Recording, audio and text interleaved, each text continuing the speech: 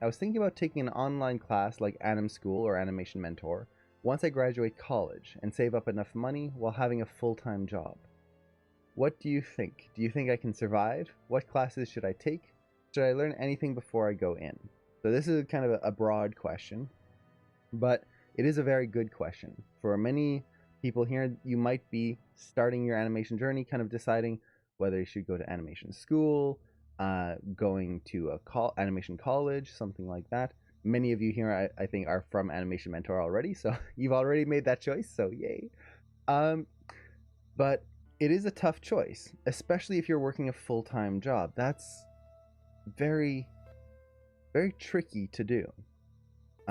Even trickier if you have a family or kind of responsibilities aside from just work. Now, first question, is it possible? Yes, I've seen it happen many times. I personally went through Animation Mentor for the majority of it with a job. So I was working while doing Animation Mentor and also while taking care of some sick family. So I was taking care of family, working, and doing Animation Mentor. It was tough. I wouldn't recommend that on most people. If you can, try to reduce your responsibilities so that you can focus on the school, but it is possible. With that said, keep in mind that to really succeed properly and to get the most out of pretty much any animation school, and Juan Jose, thank you so much for the follow. I really appreciate that. So to get the best out of an animation school, typically I would recommend aiming for at least 30 to 40 hours a week dedicated to learning. Now, this doesn't mean 30 to 40 hours dedicated to animation, although a large chunk of it will be that. But you want to be able to dedicate a good chunk of your time to that school. Otherwise, you're not going to get the most out of it. And regardless of the school, you're paying a lot of money. Schools are not cheap. Even if you go online schools like Animation Mentor or iAnimate or Anim School, they're still expensive, especially depending on your exchange rate. It can be very pricey. So you want to get the most out of it. You don't want to just go in and just go, okay, I'm in the school. That means I'm going to learn and yeah, I'm going to get a degree out of it and then I'm going to get a job. That's not how it works, unfortunately. With animation, it's such a artistic field that we have to practice. We have to keep doing it. Yeah, and like Sin mentioned, degrees mean nothing in animation. It is your work. Your demo reel is what gets you a job. So to get a good demo reel, you need to put in a lot of work, especially if you're starting from kind of no animation experience like I did. So you want to make sure that you put in the amount necessary.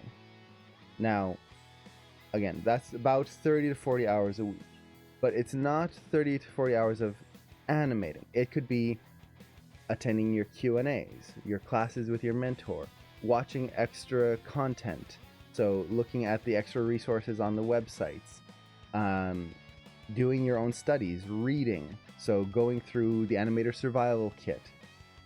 All those kinds of things are very important to progressing. It's not just about just animating, it's learning. Why are you doing this?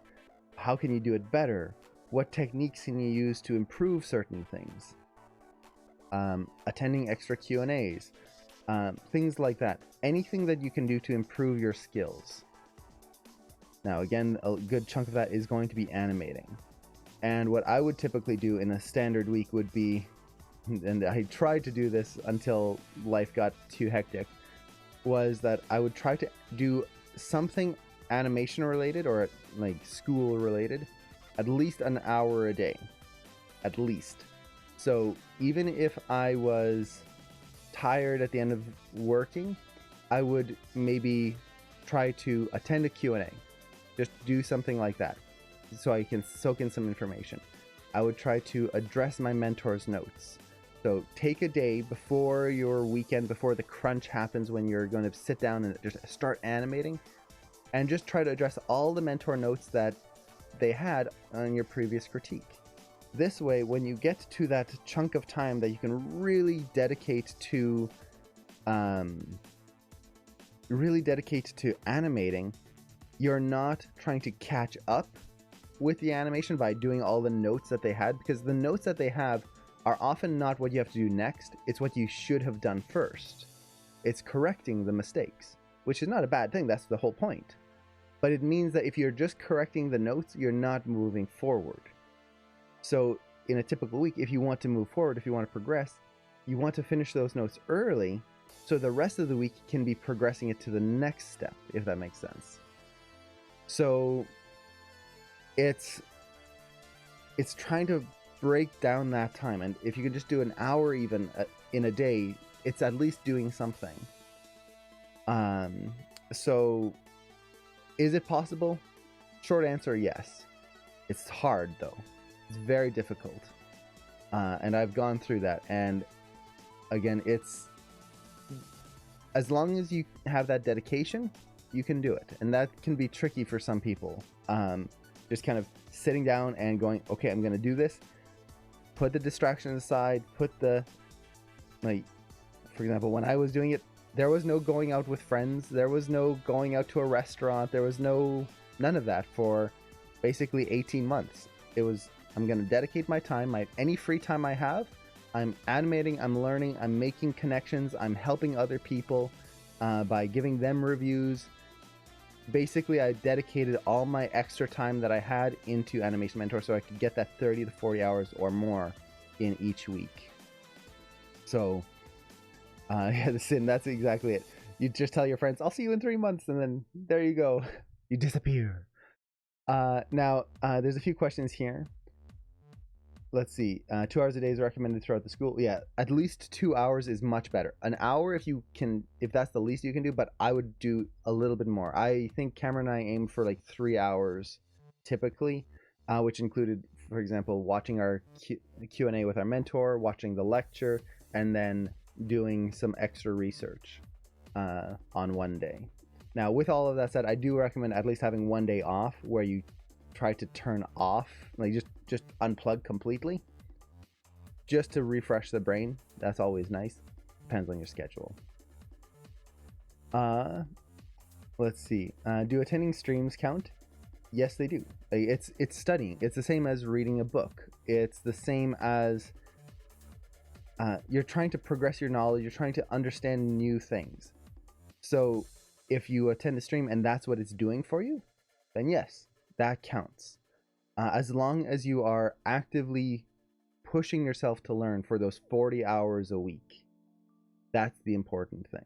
If you're just kind of sitting there doodling, not really thinking about what you're doing, that's not progressing your skills. That's just doodling. You're not making those mental connections. If you're just listening to the stream on the side while you're playing a video game and not really paying attention, that doesn't count either. It would be the same as going into your class and just reading a book while the teacher is talking. It's you're not paying attention. So as long as you're drawing or like whatever you're doing, whether you're drawing, you're animating, you're doing whatever it is, you're thinking about why you're doing it. You're actively pushing yourself to understand the reasons behind it. Then yes, that is learning. That's the whole process, is you're asking those questions.